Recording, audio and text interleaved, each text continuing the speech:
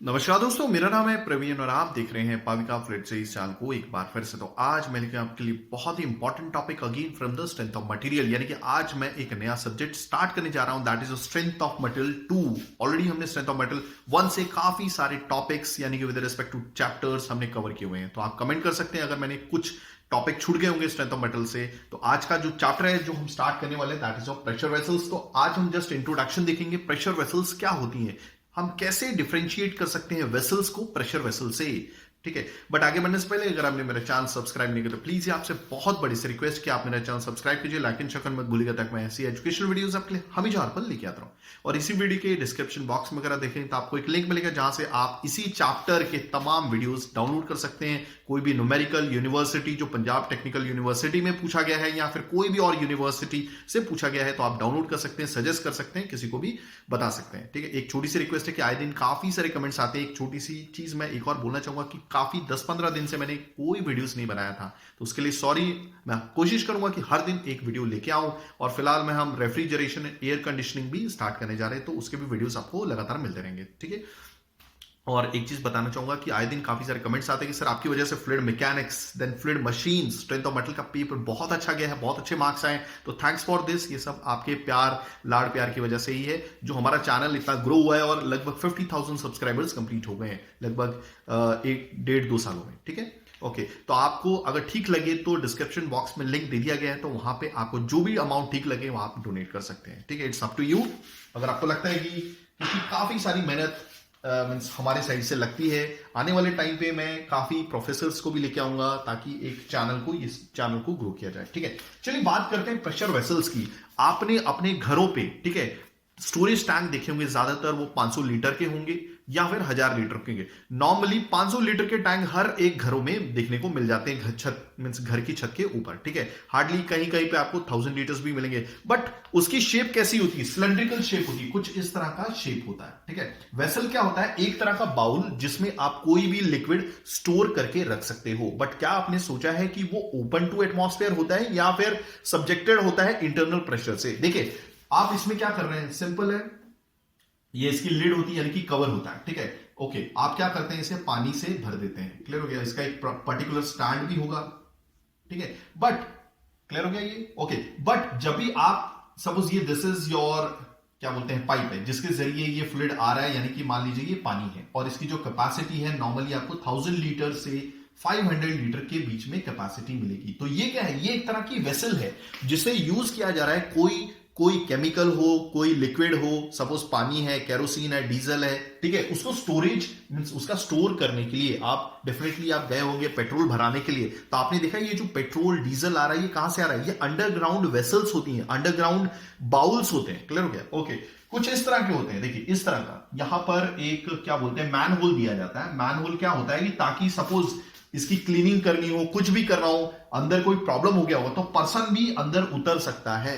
Clear हो गया, तो जिस देखिए आप मुझे ही देख रहे हैं, ठीक है, तो मेरा जितना भी डाया होगा यहां से लेकर, देखिए यहां से लेकर यहां तक, ठीक है, जितनी भी मेरी लंबाई होगी मेरी छाती की, क्लियर हो गया, ओके, उतना बड़ा एक हिस्सा ओपन यहां पर मैन होल प्रोवाइड किया जाता है। मैन होल यानी कि मैं बोल रहा हूं नोजल्स, ठीक है, नोजल जिसके जरिए इंसान अंदर उतर सकता है। ठीक है, और देख सकता है कुछ प्रॉब्लम तो नहीं है, कहीं से लीकेज तो नहीं है, कहीं तो वेल्डिंग तो नहीं करनी है। ओके, तो कुछ इस तरह के वेसल्स प्रोवाइड किए जाते हैं। अब ये जो देख रहे हैं ये एक हॉरिजॉन्टल वेसल है, बट आप खास तौर पे इसे ध्यान दीजिएगा that it is subjected to atmospheric pressure. देखिए मैं एक अलग कलर से आपको बताने की कोशिश करूंगा। अगर मैं यहां पर एक लिक्विड को फिल कर देता हूं, ठीक है, मैं जो कलर से दिखाना जा रहा था वो मिल नहीं रहा मेरे को। मान लीजिए इतना इसमें क्या बोलते हैं, ये है डीजल या फिर पेट्रोल है। ठीक है, ओके, तो इसको एक और नोजल प्रोवाइड किया जाता है। ओके, यहां पे एक और नोजल प्रोवाइड किया जाता है। क्लियर हो गया, ओके, और यहां पर हवा होती है। ऊपर क्या है, ये जो ब्लैक कलर में मैं डॉट डॉट से बना रहा हूं ये हवा है। क्लियर हो गया, means these vessels are subjected to atmospheric pressure, मतलब ये ऊपर से, क्लियर हो रहा है मैं जो समझाने की कोशिश कर रहा हूं, यानी कि इसमें क्या हो सकता है, डीजल, पेट्रोल, कैरोसिन, कुछ भी हो सकता है। अंडरग्राउंड इसे स्टोर किया जाता है क्योंकि बाहर नहीं रख सकते, क्योंकि बाहर का टेम्परेचर बहुत ज्यादा है तो ये इवापोरेट हो जाएगा इजीली। ठीक है, तो अंडरग्राउंड विद सेफ्टी प्रिकॉशंस के साथ इसे अंदर स्टोर कर दिया जाता है अंडरग्राउंड। ओके, फिर ऑटोमेटिक पंप्स होते हैं। ठीक है, ऑटोमेटिक पंप्स होते हैं, यहां पे पंप लगा होता है। ओके, रेसिप्रोकेटिंग पंप होता है। ओके, फिर ऑटोमेटिकली आपके ये व्हीकल में जितना पेट्रोल डालना होता है या डीजल, जिसका भी रिक्वायरमेंट है, जिस हिसाब से कोई भी यानी कि पैसे देके ये डीजल पेट्रोल भरवाता है, उस हिसाब से ये फिल हो जाता है। क्लियर हो गया? ओके, बट आप देखिएगा दूसरे साइड से ये ओपन टू एटमॉस्फेयर है, यानी कि हवा से सब्जेक्टेड है, यानी कि जो इसकी टॉप सरफेस है डीजल की, कैरोसिन की, पेट्रोल की, ये हवा से सब्जेक्टेड है, यानी कि हवा से सब्जेक्टेड है। कहने का मतलब है कि इसके ऊपर जस्ट, इस पेट्रोल के जस्ट ऊपर हवा है। तो जो भी वेसल्स, ठीक है, जो ऊपर से खुले हुए हैं, यानी कि कोई भी लिक्विड के ऊपर हवा है, ये क्लोज नहीं है पूरे। समझ में आ रहा है? ओके, तो ये क्लोज नहीं, यहां पर थोड़ी बहुत स्पेस रहती है जिसमें हवा रहती है। तो ये जो वेसल्स होती हैं, ये सिंपल वेसल्स होते हैं और ये सब्जेक्टेड होते हैं, यानी कि इसे सब्जेक्ट किया जाता है एटमॉस्फेरिक प्रेशर से। हो गया क्लियर? तो these are called vessels. Okay, अब ये एटमॉस्फेरिक प्रेशर से सब्जेक्टेड है, ये भी मैंने बता दिया। बट हम पढ़ने वाले हैं प्रेशर वेसल्स, ठीक है। अब कुछ ऐसे वेसल्स देखिए, अब एक चीज मैं बताना चाहूंगा कि ये जो वेसल्स होते हैं, इनका शेप अलग अलग होता है। जैसे आपको कई घरों पे स्पेरिकल स्टोरेज वेसल भी मिलेगा, कुछ इस तरह का जो लाल कलर से बताया हुआ है, ठीक है। ओके, अगर आप किसी इंडस्ट्री में जाएंगे, सपोज फार्मास्यूटिकल इंडस्ट्रीज या केमिकल इंडस्ट्रीज, ठीक है, या फिर हो सकता है कि आपने ऑटोक्लेव सुना होगा। ज्यादातर आपने देखा होगा कि जब भी कोई भी डॉक्टर यानी कि ऑपरेशन करते हैं, ठीक है, तो जो भी इंस्ट्रूमेंट उस टाइम पे ऑपरेशन के टाइम पे यूज किए होते हैं, ठीक है, तो वो इन्फेक्ट हो सकता है किसी बैक्टीरिया से, किसी वायरस से। तो उन इंस्ट्रूमेंट को एक ऑटोक्लेव जैसा कोई इक्विपमेंट होता है, यानी कि एक तरह का ये भी एक वेसल होता है। क्लियर हो गया? ओके, वो जो भी सपोज सीजर है, ठीक है, देन अलग अलग इंस्ट्रूमेंट्स होते हैं जो सर्जरी के दौरान यूज किए जाते हैं, ठीक है। वो जो भी इंस्ट्रूमेंट होते हैं, उनको इस ऑटोक्लेव का ढक्कन ऊपर से खोला जाता है। सपोज एक कैंची है, कैंची मतलब सीजर ही हो गया, ठीक है, कटर हो गया, वो सारी चीजें इसमें रख दी जाती हैं, इसको बंद कर दिया जाता है। ओके, और ये जो क्या बोलते हैं, फिर इससे गर्म किया जाता है, ठीक है। ओके, और ये जो क्या बोलते हैं, आपने जो भी इंस्ट्रूमेंट है, सीजर हो गया या फिर कटर हो गया, इसको हाई टेम्परेचर पे हीट किया जाता है। ऑलमोस्ट टेम्परेचर काफी ज्यादा होता है, मोर देन 100 डिग्री सेल्सियस, और इसे लगभग 2 आवर के लिए छोड़ दिया जाता है। तो ये जो भी इक्विपमेंट यूज किया जाता है, ठीक है, जो भी इक्विपमेंट यूज किया जाता है, इसको बोलते हैं ऑटोक्लेव, क्योंकि अंदर का जो प्रेशर होता है वो काफी हाई हो जाता है, मोर देन एटमॉस्फेरिक प्रेशर। अब ये किस लिए किया जाता है? ताकि सर्जरी के दौरान कोई बैक्टीरिया, यानी कि अगर इसके ऊपर आ गया होगा, लग गया होगा, या फिर सर्जरी के दौरान कोई भी वायरस या बैक्टीरिया से अगर ये इन्फेक्ट हो गए होंगे, कौन, ये जो भी इंस्ट्रूमेंट है, जैसे कैंची हो गई, देन सीजर हो गए, देन कटर हो गया, तो वो सारे बैक्टीरिया को मार देता है। तो कहने का मतलब है कि उन्होंने क्या किया है, ये सीजर और जो कटर को 2 घंटे हाई टेम्परेचर पे रख दिया है। ओके, हाई प्रेशर पे भी रखा है, इसी वजह से तो हम इस इंस्ट्रूमेंट को बोलेंगे ऑटोक्लेव। तो आई होप आपने कहीं सुना होगा ऑटोक्लेव। तो इंडस्ट्रीज में अगर हम जाते हैं सपोज, ठीक है, जहां पर भी कोई भी केमिकल रिएक्शन होते हैं, और सपोज केमिकल रिएक्शन का रिक्वायरमेंट है कि उसे हाई टेम्परेचर और हाई प्रेशर पे करना है, तो हाई प्रेशर को मेंटेन करने के लिए हम वहां पर यूज करते हैं प्रेशर वेसल। यानी कि ये जो आप देख रहे हैं, ये एक तरह की प्रेशर वेसल है, इसको सपोर्ट किया गया। ये देखिए, ये होती है लग सपोर्ट्स। अभी देखिए, प्रेशर वेसल को मैं रखूंगा तो कहीं पर ना, तो ये जो हमारे जो सपोर्ट होते हैं, सपोज इसे जमीन पे खड़े करना है, तो कुछ इस तरह से ये जमीन पे खड़े हो जाएंगे। आई होप आपको चीजें समझ में आ रही होंगी, ठीक है। ओके, मान लीजिए मैं कोई केमिकल रिएक्शन करना चाहता हूं, ठीक है, ओके, और ये गैसेस रिएक्शन, ठीक है, ओके, और हमारा एटमॉस्फेरिक प्रेशर होता है 1 एटमॉस्फेयर। क्या हो गया? 1 एटमॉस्फेयर। या फिर कई जगह पे आपको 760 mmHg देखने को मिलेगा, या फिर कहीं पर जाके आपको दिखेगा 101.325 किलो पास्कल। हो गया? क्लियर हो गया? बट मैं क्या बोलते हैं, कोई भी रिएक्शन करना चाहता हूं, एटमॉस्फेरिक प्रेशर पे नहीं करना चाहता हूं। सपोज मेरा रिक्वायरमेंट है कि मैं एटमॉस्फेरिक प्रेशर पे रिएक्शन नहीं करना चाहता, क्योंकि ये रिएक्शन जाता ही नहीं है जब तक मैं इसे 10 बार का प्रेशर ना दूं, यानी कि एटमॉस्फेरिक प्रेशर से 10 गुना ज्यादा। क्लियर हो गया? ओके, तो मुझे किसका रिक्वायरमेंट होगा? मुझे ऑटोक्लेव का रिक्वायरमेंट होगा, यानी कि मेरे को एक प्रेशर वेसल चाहिए होगी, ताकि उसके अंदर मैं 10 बार का प्रेशर मेंटेन कर पाऊं। आई होप आपको समझ में आ गया होगा। और ये प्रेशर वेसल 10 बार हमेशा मेंटेन रखेगा। आप आज देखिए 10 बार है, आप कल देखिए 10 बार है, आप परसों देखिए 10 बार है, यानी कि इसमें लीकेज होने के कोई चांसेस नहीं है। तो डेफिनेटली इसको एक स्पेशल क्या बोलते हैं, कैलकुलेशन द्वारा मीन्स के जरिए इसको बनाया जाता है, ठीक है। इसकी कुछ थिकनेस भी होगी ना भाई। अगर मुझे एक प्रेशर मेंटेन करना है, तो डेफिनेटली अगर प्रेशर मैं मेंटेन कर रहा हूं, तो ये बस्ट भी हो सकता है, फट भी सकता है, तो डेफिनेटली इसकी थिकनेस कुछ होगी, तो यानी कि थिकनेस मेरे को काफी ज्यादा लेनी पड़ेगी।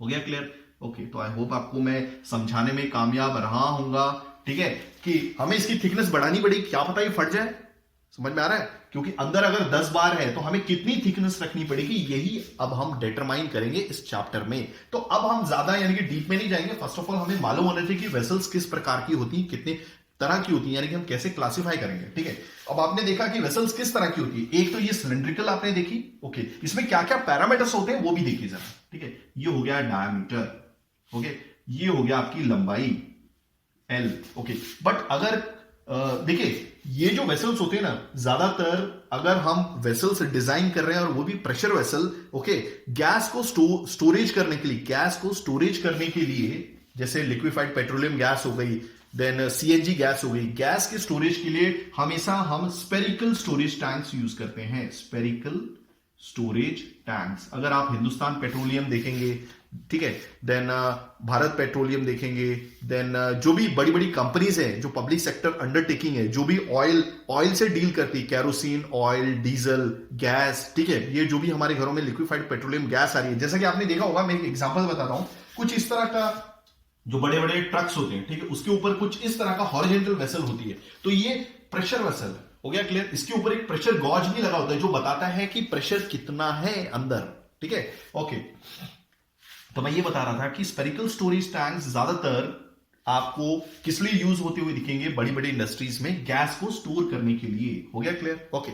बट याद रखिएगा ये कहीं से भी खुले नहीं रहते हैं, क्योंकि इसमें गैस स्टोर करनी होती है अंडर प्रेशर। ओके, जैसे कि आपने देखा होगा जब भी कभी आप हवा भराने जाते हैं तो वहां पर जो क्या बोलते हैं, एयर स्टोर की होती है कंप्रेसर में, एक स्टोरेज वेसल के अंदर। ठीक है, तो इसके अंदर क्या होती है, एयर होती है। फिलहाल मैंने जो पिछला एग्जांपल दिया था वो तो आपको दिया था डीजल या कैरोसिन स्टोर करने के लिए। ठीक है, आपने देखा होगा ज्यादातर इस तरह की हॉरिजॉन्टल वेसल होती है। ओके, इसको सैडल सपोर्ट से सपोर्ट कर दिया जाता है। हो गया क्लियर? ओके, और इसमें क्या होती है, कंप्रेस्ड एयर, और अपने टायरों में आप गैस भर सकते हैं। ओके, तो अब हम बात कर रहे थे, मैंने काफी सारे वेसल्स आपको बता दिए। अब इसमें दो कैटेगरी आती है, एक होती है थिन वेसल्स की। देखिए दोनों में प्रेशर मेंटेन होने वाला है, ठीक है, बट थिन वेसल्स में प्रेशर कम रहता है। ओके, थिक वेसल में प्रेशर ज्यादा रहता है। ठीक है, ओके, क्योंकि अगर प्रेशर ज्यादा होगा तो फटने के चांसेस भी ज्यादा होंगे। हो गया क्लियर? ओके, तो उसके कुछ पैरामीटर्स होते हैं, हम देखेंगे हम कैसे क्लासिफाई करेंगे थिन वेसल्स को एंड थिक वेसल्स को। Let me check everything is working fine, क्योंकि काफी दिनों बाद वीडियो बना रहा हूं, so I hope you will definitely like. ठीक है, ओके, तो अब मैंने आपको काफी सारी चीजें क्लियर की हैं, क्योंकि मैंने खुद इंडस्ट्रीज में काम किया है। ओके, एक प्रेशर वेसल में बताने की कोशिश करूंगा। आपने रिएक्टर सुना होगा, ठीक है, ज्यादातर हाइड्रोजनेशन, आप जो भी रिफाइंड ऑयल या फिर वेजिटेबल ऑयल, अगर मैं डालडा की बात करूंगा, ठीक है, ये जो डालडा आता है ना, डालडा, ये जो सॉलिड फॉर्म में डालडा आता है, ये सॉलिड फॉर्म में क्यों आता है? पहले ये ऑयल था, समझ में आ रहा है? इसके सारे देखिए, ये जो डालडा आप सॉलिड फॉर्म में देख रहे हो, जो वनस्पति घी है, ये पहले लिक्विड था। इस लिक्विड के देखिए, ये लिक्विड था, तो इसके अंदर का मॉलिक्यूलर स्ट्रक्चर देखेंगे तो कार्बन से बना होता है। ठीक है, इसके अंदर डबल ट्रिपल बॉन्ड होते हैं। ओके, और इसको तोड़ दिया जाता है एक कैटलिस्ट का यूज करके और एक गैस का यूज करके, वो है हाइड्रोजन गैस, और ये सिंगल चेन कंपाउंड बन जाता है। ओके, और ये सिंगल चेन कंपाउंड बनता है, बट ये हाइड्रोजन गैस किसमें रिएक्ट करते हैं? ये जो हाइड्रोजन गैस है, ये इस मॉलिक्यूल के साथ रिएक्ट करते हैं। देखिए, ये है आपका डालडा, ठीक है, और ये है आपका ऑयल। ठीक है, तो इस ऑयल में हाइड्रोजन गैस डाल दी, बट ये कैसे डाल दी भाई? ऐसे रूम में बैठे बैठे थोड़ी ना डाल देते, कोई इक्विपमेंट यूज करते हैं, उसी इक्विपमेंट को ऑटोक्लेव बोलते हैं, हाइड्रोजनेटर बोलते हैं, एक तरह की प्रेशर वेसल यूज करते हैं। जैसे कि आप खेतों में, अगर आपने खेतों में देखो तो यूरिया यूज करते हैं। यूरिया बनता कैसे? हाई प्रेशर ऑटोक्लेव एक इक्विपमेंट होता है जो हाई प्रेशर वर्क करता है, और इसी के अंदर आपका यूरिया बनता है, जो हम एज अ फर्टिलाइजर यूज करते हैं। हो गया क्लियर? ये सारी चीजें थी। ओके, अब हम एक एक करके देख लेते हैं कि भाई कौन कौन से पैरामीटर्स होते हैं। जैसे कि अगर आप वर्टिकल प्रेशर वेसल देखेंगे, ठीक है, वर्टिकल प्रेशर वेसल, तो आप देख रहे हैं इसमें डायमीटर है, इसमें लंबाई है, ओके, लेंथ। ओके, आप इसमें देखेंगे ये तो एक स्फीयर है, तो इसमें तो डेफिनेटली रेडियस ही देखने को मिलेगा। अब एक और चीज देखिए कि थिन वेसल्स और थिक वेसल्स को पहचानेंगे कैसे। ओके, अब एक चीज मैं बतानी रह गई थी मेरी, कि आप देख रहे हैं कि ये आपने डायमीटर देखा, ये लेंथ देखा, ये रेडियस देखा। ओके, आपको नहीं लगता कि हमें थिकनेस भी डिफाइन करनी चाहिए? ठीक है, तो हमने थिकनेस भी डिफाइन की। Okay, this is your thickness, that means thickness also plays an important role. वही तो बताएगा कि भाई आपकी जो वेसल है, उस जो वेसल की जो वॉल है, ठीक है, दीवार है, वो मोटी है या पतली है। उसी की वजह से तो थिन वेसल है, उसी की वजह से तो थिक वेसल। हो गया? चलिए अब हम देखेंगे, अगर मैं बात करता हूं हमारे स्पेरिकल स्टोरेज वेसल की, जो गैस को स्टोर करने के लिए यूज किया जाता है, याद रखिएगा मैं प्रेशर वेसल की बात कर रहा हूं यहां पर। दैट मींस अंदर जो प्रेशर होगा वो एटमॉस्फेरिक प्रेशर से ज्यादा होगा और ये ओपन टू एटमॉस्फेयर नहीं होगा, मतलब यहां पर कहीं पर भी छेद नहीं होगा। ठीक है, ओके। तो इसमें कौन कौन से पैरामीटर्स हैं? रेडियस और थिकनेस। क्लियर हो गया? ओके। तो इसकी in case of spherical storage यहां पे रखिएगा याद, देखिए in case of spherical storage हम किन को थिन वेसल बोलेंगे? ओके, तो in case of spherical storage जो थिकनेस होगी इस स्पेरिकल स्टोरेज वेसल की वो कम होगी, किससे? रेडियस से। जब भी ऐसा होगा तो ये किस कैटेगरी में आएगा? थिन वेसल्स के। ओके, यहां पे हम सिलेंड्रिकल वेसल्स में देख लेते हैं, जो हमारा डायमीटर होगा। ठीक है, ओके ओके। इस केस में भी हम थिकनेस ही लिखेंगे क्योंकि मेन तो थिकनेस ही है ना, उसी वजह से तो हम थिन वेसल्स बोल रहे हैं। ओके, जो थिकनेस होगी वो हमेशा कम होगी डायमीटर से, डायमीटर से। ठीक है, हो गया क्लियर? ओके, बट पर्टिकुलरली और अच्छे से बात करेंगे कि थिन वेसल्स, सिलेंड्रिकल वेसल्स में किसको बोलते हैं? जो थिकनेस होगी वो हमेशा डायमीटर से कम होगी। अब मैं क्या करूंगा? डिवाइड बाय 20 भी कर दूंगा, मतलब अगर आप डायमीटर को डिवाइड बाय 20 भी कर देंगे तो वो जो थिकनेस आएगी, जो भी लंबाई आएगी, उससे भी कम आपकी थिकनेस होगी। जब भी ये फॉलो होता है तो वो वेसल कहलाता है, in case of cylindrical vessels, cylindrical pressure vessels, तो वो हमेशा थिन वेसल्स होंगी। और जहां पर ये फॉलो नहीं होता, that is your thick shells. कहने का मतलब है, देखिए थिन वेसल्स मतलब इसकी जो थिकनेस है बहुत कम है। ओके, और ये रूल फॉलो होना चाहिए, यानी कि जो थिकनेस होगी वो हमेशा डायमीटर डिवाइड बाय 20 होगी, मींस कम ही होगी। समझ में आ रहा है? ओके, डायमीटर को आप 20 से डिवाइड कर दीजिए, जो भी थिकनेस आएगी, क्लियर हो गया, और वो हमेशा कम होगी, डायमीटर का 20th पार्ट भी लेके उससे भी कम होगी, तो वो हो जाएगी थिन वेसल्स। और थिक वेसल्स में क्या है? आप थिकनेस ऐड करते जा रहे हैं, आप थिकनेस ऐड करते जा रहे हैं, आप थिकनेस ऐड करते जा रहे हैं। क्यों ऐड कर रहे हैं भाई? प्रेशर बहुत ज्यादा है। ओके, और इसी प्रेशर को तो झेलना किसने है? आपके अंदर क्या इक्विपमेंट ने। याद रखिएगा, जब भी कभी भी अंदर का प्रेशर बढ़ता है तो स्ट्रेसेस पैदा होती हैं। क्लियर हो गया? ओके, और थिन वेसल्स के केस में जो स्ट्रेसेस कौन सी? Tensile stresses. जो टेंसाइल स्ट्रेसेस होती है वो यूनिफॉर्मली डिस्ट्रीब्यूट होती है, बट थिक वेसल्स के केस में यूनिफॉर्मली डिस्ट्रीब्यूटेड नहीं होती है। उसके लिए अलग थ्योरी है, लेम्स थ्योरी करके यूज करते हैं, वो हम अगले नेक्स्ट में देखेंगे। बट फिलहाल अब हम थोड़ा बहुत बात कर लेते हैं थिन वेसल्स के बारे में। ठीक है, हो गया क्लियर? ओके, तो वैसे ही मैंने क्या बोला कि जब भी कभी भी कोई भी प्रेशर वेसल इंटरनल प्रेशर से सब्जेक्ट कर दी जाती है तो ऑटोमेटिकली आपको टेंसाइल स्ट्रेसेस देखने को मिलेंगे। क्लियर हो गया? और जब तक ये tensile stresses with in the permissible limit है, मतलब जितना बोला गया है उतनी लिमिट में है, उसी हिसाब से तो हमने उसकी थिकनेस डिफाइन की है। क्लियर हो गया? अगर ये टेंसाइल स्ट्रेसेस आपकी ज्यादा हो गई, किससे? दी हुई टेंसाइल स्ट्रेसेस से, ठीक है, जिसकी वजह से ये थिकनेस आई है, तो ये ब्लास्ट हो जाएगा, ये फट जाएगा और रिस्क हो सकता है जो भी पर्सन आजू बाजू काम कर रहा होगा। तो आई होप आपको चीजें तो समझ में आ गई होंगी कि वेसल्स क्या है, प्रेशर वेसल्स क्या है। याद रखिएगा, प्रेशर वेसल जिसमें मींस कोई भी प्रेशर वेसल या फिर कोई भी वेसल बोलूंगा, कोई भी आपको, आई होप आपको समझ में आ गया होगा वेसल क्या है और प्रेशर वेसल क्या है। जो भी वेसल होगी जो ओपन टू एटमॉस्फेयर है, जैसे कि आप घरों में रखा हुआ स्टोरेज टैंक देख रहे हैं जिसके अंदर पानी जाता है, वो ओपन है। ओके, हवा उसके ऊपर है, पानी के जस्ट ऊपर हवा है, तो वो हो गया आपका सिंपल वेसल। प्रेशर वेसल कौन सी होती है? दो तरह की होती है, थिन वेसल, थिक वेसल। मैंने बता दिया थिन वेसल्स को कैसे पहचानेंगे, थिक वेसल्स को कैसे पहचानेंगे। ओके, अंदर एटमॉस्फेरिक प्रेशर से ज्यादा प्रेशर, तो that means your pressure vessel. तो आई होप आपको चीजें समझ में आ गई होंगी। नेक्स्ट वाले में हम देखेंगे क्या बोलते हैं, सर्कमफ्रेंशियल स्ट्रेस क्या है, हूप स्ट्रेस क्या है, रेडियल स्ट्रेस क्या है। थैंक्स फॉर वॉचिंग, धन्यवाद, थैंक यू।